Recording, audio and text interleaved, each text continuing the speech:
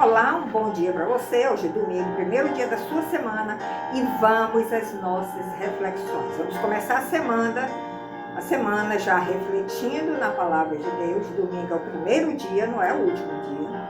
E vocês podem ir ruminando essa reflexão durante toda a semana, porque Deus vai dando revelações novas. Quando nós voltamos àquela mensagem, àquela palavra, a um versículo que Ele tocou, e você começa a ruminar, como o boi faz. Ele engole, depois ele bota a comida de volta e vai ruminando aquela comida novamente. Essa é uma recomendação bíblica, inclusive. Então, hoje nós vamos entender um pouco e refletir um pouco sobre a questão dos falsos profetas. Também dos falsos mestres, né? Vou chegar um pouquinho para trás. Porque o Senhor nos alerta nos evangelhos, em toda a Bíblia, no Antigo Testamento, no Novo Testamento, sobre os falsos profetas e os falsos mestres. E dando continuidade à nossa leitura do livro de Mateus, Mateus também deixou registrado essa questão dos falsos profetas e falsos mestres. E vamos então ler alguns versículos aqui em Mateus 7, de 15 a 21. Você leia de 15 a 21, eu não vou ler todo, mas você pode ler até o verso 21. Nós lemos o seguinte: acautelai-vos, porém, dos falsos profetas, que vêm vestidos como ovelhas, dissimulados, mas no seu interior eles são lobos devoradores. Veja como nós precisamos ter discernimento espiritual quando olharmos para o outro, quando olharmos para aquele que está se aproximando de nós, está querendo nos aconselhar, está querendo nos induzir a um determinado caminho. Muitas vezes são lobos vestidos de ovelhas. Por seus frutos os conhecereis. Essa é uma forma de nós conhecermos aquela pessoa que está querendo dar alguma investida em nós. Pelos frutos, analise a vida dela, analise o que ela faz, se está coerente com o que ela diz, se seus atos são coerentes com a sua fala, o que ela propaga, porque pelos seus frutos nós conheceremos o falso profeta e o verdadeiro profeta. E Jesus aí faz uma pergunta: porventura, podemos colher uvas dos espinheiros ou figo dos abrolhos? Não, cada árvore dá o seu fruto. Assim, toda árvore boa produz bons frutos, e toda árvore má produz frutos maus. Vocês podem continuar lendo até o verso 21, mas eu vou passar aqui para Mateus 3, de 7 a 10, porque este tema também foi a pregação de João Batista, quando ele estava chamando o povo do Rio Jordão para ser batizado com batismo de arrependimento, porque o Messias estava chegando, o reino de Deus estava chegando.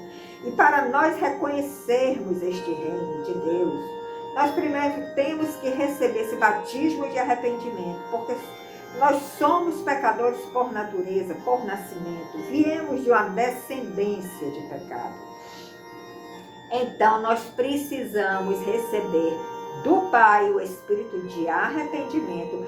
Ele vai nos revelar o que somos, as obras que nós fazemos como pecadores. E se nós reconhecemos, se o nosso coração é tocado, convertido por esse espírito, aí sim, nós estaremos aptos a receber o Messias, a receber a Jesus, o novo nascimento, essa nova criatura dentro de nós. E então nós vamos produzir bons frutos.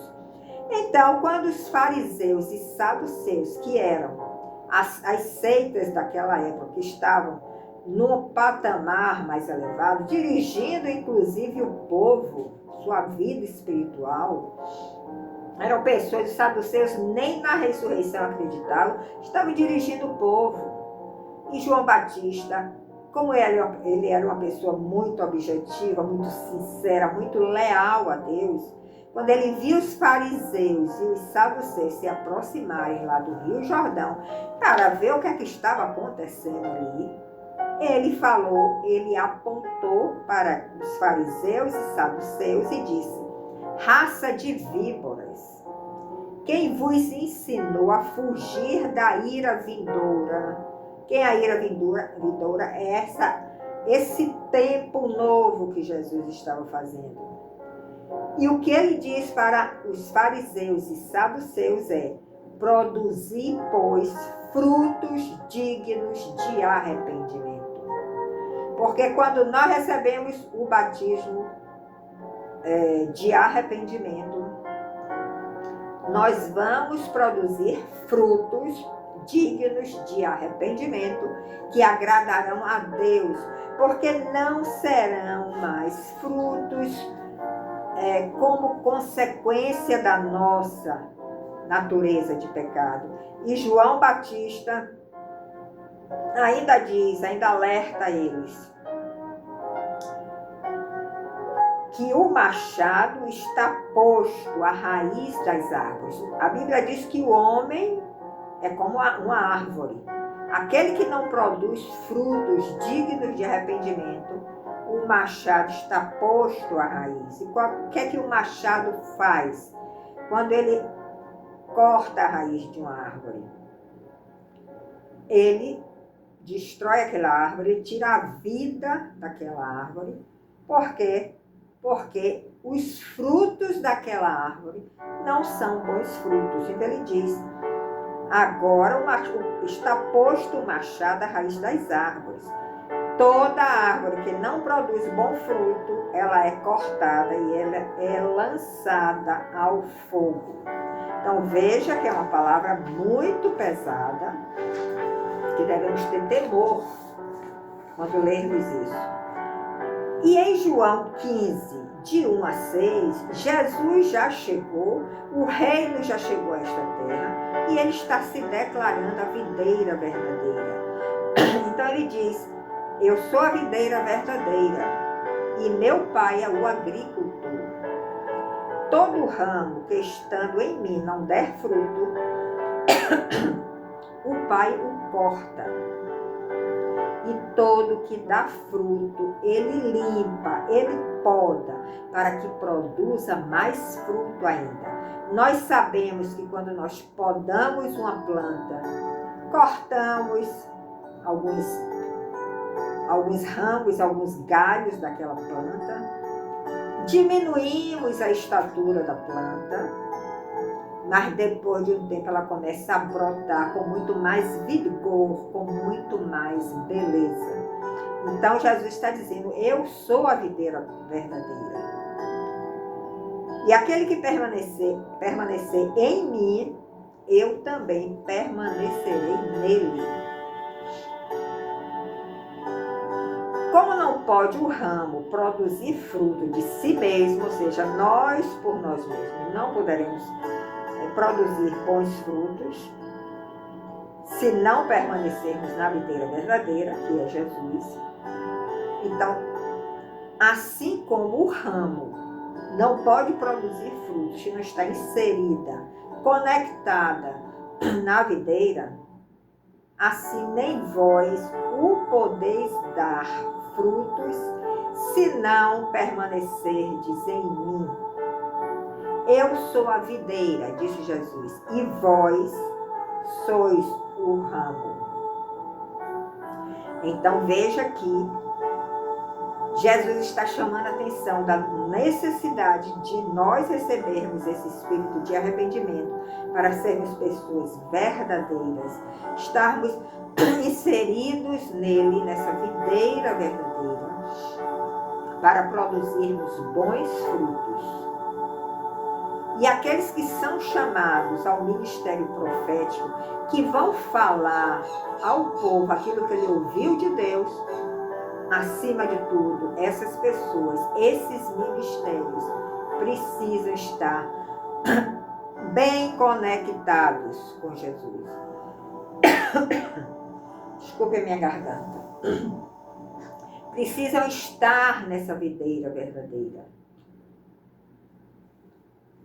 para produzir bons frutos, para levar palavras ao povo que vieram de Deus.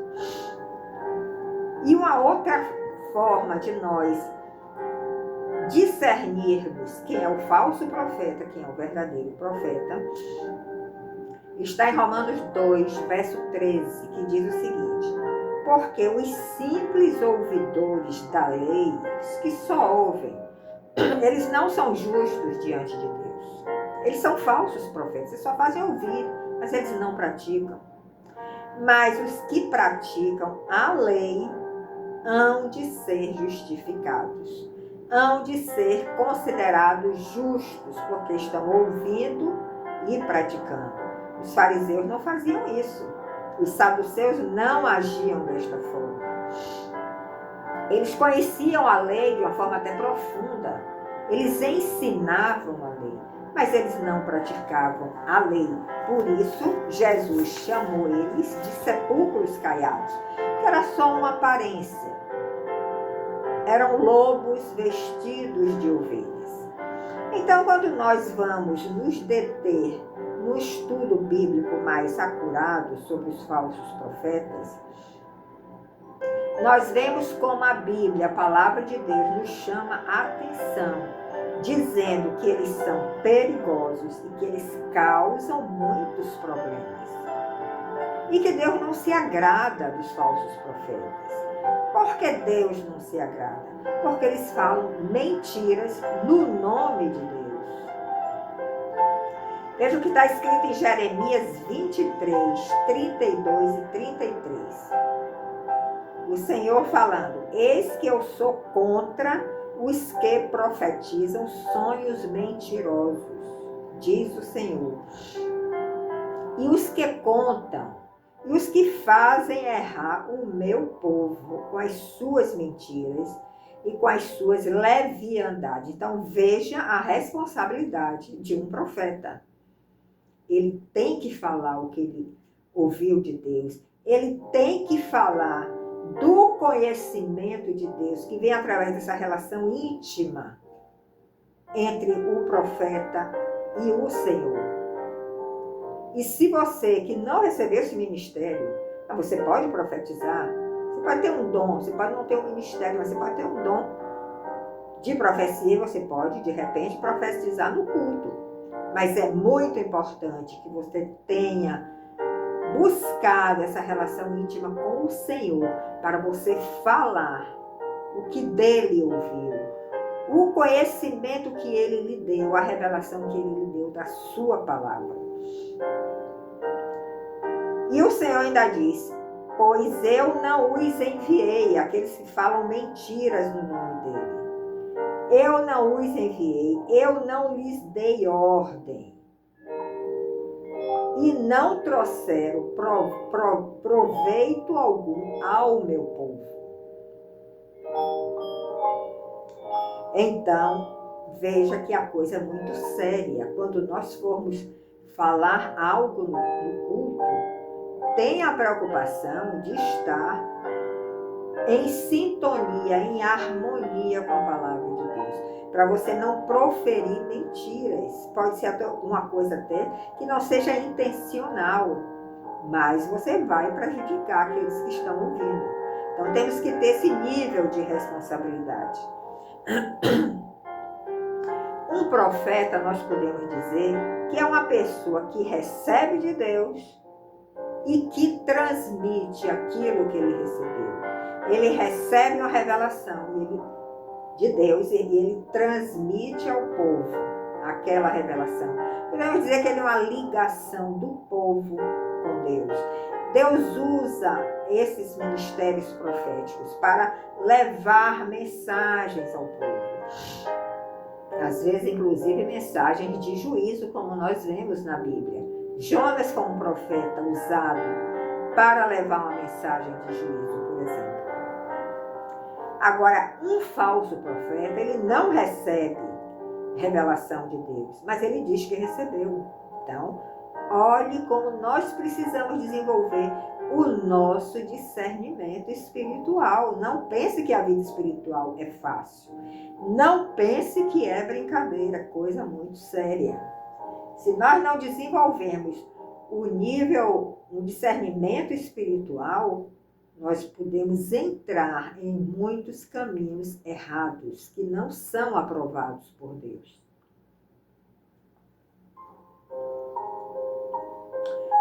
O falso profeta, ele engana as pessoas de uma forma intencional. Ele já faz aquilo mal intencionado. Ele engana com mensagens falsas, dizendo, por exemplo, que Jesus chegou, que vai chegar daqui a não sei quantos anos. Ele já faz aquilo com uma intenção do coração, de prejudicar o povo de Deus. Agora, tem um outro detalhe que a Bíblia nos chama a atenção, que às vezes o povo e todos nós podemos até receber bem o falso profeta. Sabe por quê? Porque eles vão dizer palavras que nos agradam o nosso coração, agradam os nossos ouvidos. É conveniente para nós ouvirmos aquilo.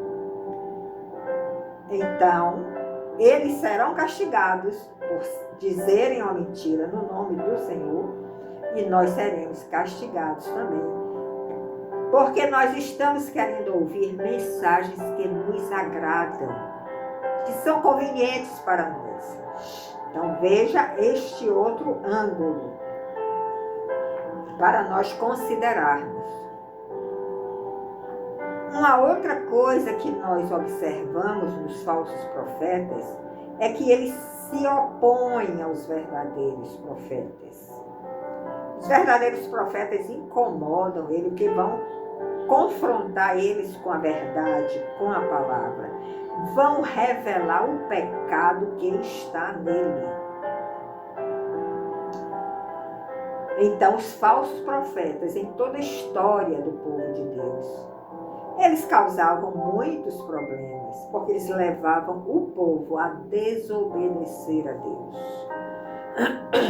E Jesus nos fala que nos últimos tempos, são esses tempos que nós estamos vivendo hoje, irão surgir muitos falsos profetas. Nós temos visto isso, né? De repente, surge alguém dizendo que é o Messias, que é Cristo, promete milhões de coisas que não vieram do Senhor, mas ele está prometendo ao povo. E Jesus está alertando em Mateus 24, verso 24 e 25, que nos últimos tempos surgirão muitos falsos profetas.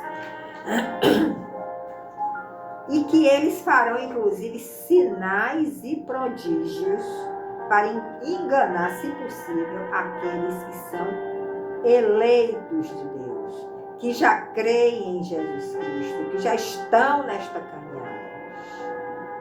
Mas aqueles que estão nesta caminhada já têm o Espírito Santo dentro de si, que vai procurar alertar a eles. Podemos cair em algum momento, né, numa revelação falsa de um falso profeta. Mas o Espírito Santo está ali, batalhando conosco, nos dando discernimento. Agora, quanto mais nós conhecermos a palavra de Deus, mais nós estaremos protegidos pela palavra. Então, veja a importância do conhecimento da palavra. Em Mateus 24, de 23 a 25, nós lemos: Então, se alguém vos disser, eis que o Cristo está aqui, eis que o Cristo está ali. Nós temos ouvido isso ultimamente, né? Não lhe deis crédito, não dê crédito. Porque surgirão falsos cristos e falsos profetas, e eles farão tão grandes sinais e prodígios, que, se possível, enganariam até os escolhidos. E quando eu li isso, eu me lembrei dos magos lá do faraó do Egito, quando Moisés estava tentando libertar o povo de Deus. Moisés era um profeta verdadeiro. Ele ouvia de Deus, ele teve comunhão com Deus, ele teve experiências profundas com Deus. E ele foi escolhido para tirar o povo de Deus do Egito. E quando ele se colocava diante do faraó e Deus fazia sinais e prodígios, o faraó chamava seus magos, eles também faziam sinais e prodígios. Eles só não conseguiram vencer a Moisés na última praga, que foi a morte dos primogênitos. Aí eles foram derrubados. O império do Egito foi derrubado, foi derrotado nesta hora. Mas os falsos profetas fazem também sinais e prodígios. Então vamos ter muito cuidado. Veja o que nós lemos em 1 Coríntios 14, de 26 a 33. Que fareis, pois, irmãos? Quando vos ajuntais, cada um de vós, um leve salmo, outro leve doutrina, outro leve revelação, aqueles que têm língua e podem interpretar, façam isso nas suas reuniões. E faça tudo isso para a edificação do corpo de Cristo. Porque o Senhor vai dar dons e ministérios a cada pessoa. E juntos é que nós vamos edificar a igreja de Cristo. E falem, com relação às profecias no culto, essa é uma orientação muito importante que nós devemos considerar. Quando houver profetas no culto, falem 2 ou 3. Não fala tudo de vez. Vamos ter um respeito no culto. Quando um está falando, o outro se cala. E se Deus te der alguma coisa, você vai falar em seguida. Mas vamos manter a ordem no culto. E mesmo aqueles que estão falando, outros devem estar julgando. Ele diz, falem 2 ou 3 profetas e os outros julguem para ver se é uma profecia verdadeira. Mas se a outro que estiver assentado for revelado alguma coisa, cale-se o primeiro, porque veio ali uma revelação de Deus. Porque todos podereis profetizar, mas uns depois dos outros, para que todos aprendam e todos sejam consolados. A profecia traz um aprendizado no culto. Enquanto que o falar em línguas, o que o apóstolo Paulo recomenda aqui em 1 Coríntios 14, é que aqueles que falam em línguas, mas quando não há intérprete, não deve no culto ficar sempre falando em línguas, porque não vai edificar ali a congregação, porque só ele vai entender. Quando tiver o intérprete, aí haverá uma edificação. Mas aqueles que falam só em línguas devem manter este dom para ser usado entre ele e o Senhor. Porque não é possível edificar a congregação somente falando em línguas, a não ser que haja intérprete.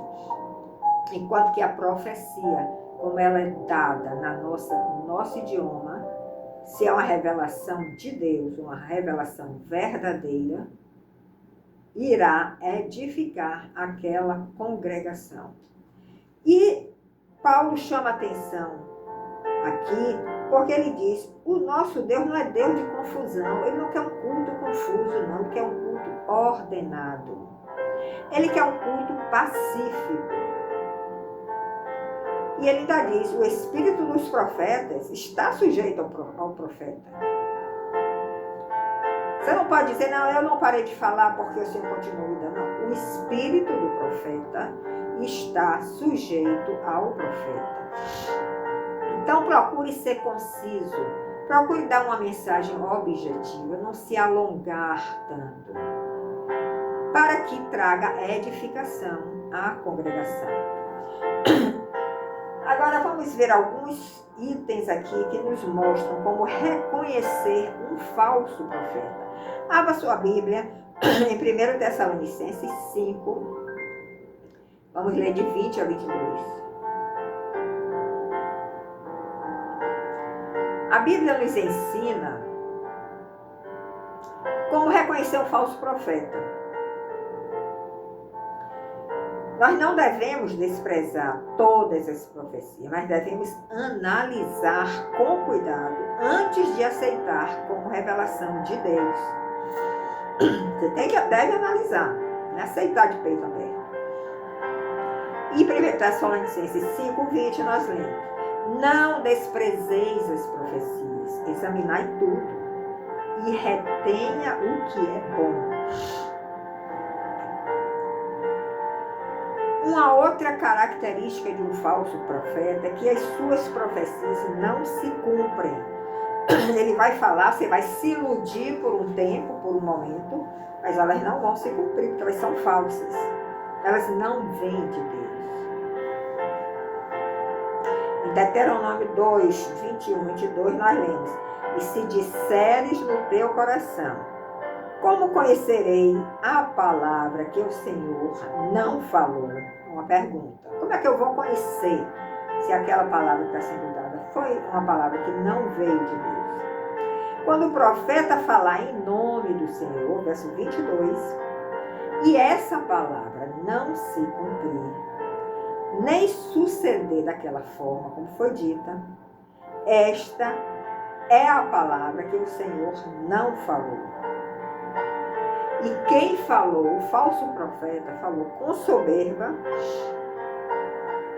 e nós podemos também identificar no falso profeta que ele não tem temor a Deus. Uma outra característica do falso profeta é: eles contradizem a Bíblia, eles ensinam coisas erradas que não estão de acordo com a Bíblia e eles distorcem a palavra de Deus. Segundo Pedro 2, de 1 a 3, nós lemos: e também houve entre o povo falsos profetas, como entre vós haverá também falsos mestres, que introduzirão encobertamente, de uma forma distorcida, heresias de perdição, e eles negarão ao Senhor Jesus Cristo. Eles não reconhecerão que o Senhor Jesus Cristo é o seu Salvador, é o meu Salvador. Eles, inclusive, por avareza, podem fazer de você um grande negócio, com palavras fingidas que eles vão falar. Leia 2 Pedro 2, de 1 a 3.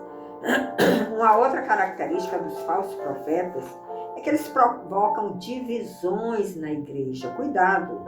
Quando você vê alguém provocando divisão na igreja, fique atento e procure examinar esta pessoa e acompanhar os seus feitos.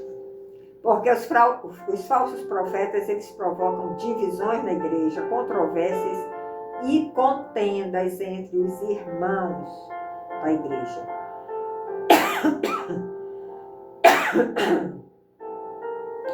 Se alguém ensina outra doutrina, em 1 Timóteo 6, leia de 3 a 5. Se ele ensina outra doutrina, e essa doutrina não são conforme as palavras de Jesus, que a doutrina de Jesus é uma doutrina segundo a piedade, segundo o amor ao próximo, você desconfie, você analise essa pessoa, veja como é que ela está caminhando, veja quais são os frutos que ela está dando, veja se ela é soberba, egoísta, e veja se ela foge da palavra de Deus quando ela é confrontada. Esses são também falsos profetas. Um outro sinal que nós podemos identificar. Um outro sinal que nós podemos identificar no falso profeta é que eles são manipuladores. Os falsos profetas procuram satisfazer seus desejos egoístas. Ele quer ter poder, ele quer ter dinheiro, ele quer ter influência. Eles usam o engano, eles fazem chantagem emocional, ele infunde medo no povo, Eles são bajuladores para conseguirem o que querem. Veja Romanos 16, 17 e 18. Eles não ouvem a verdade e, quando confrontados com a verdade, não se arrependem, nem aceitam nenhuma dúvida. Eles não estão dispostos ao arrependimento. Então, nós vimos aqui alguns pontos que vai lhe ajudar a identificar o falso profeta, os falsos mestres. Muito obrigado pela sua companhia. Nos encontramos no próximo domingo. Até lá!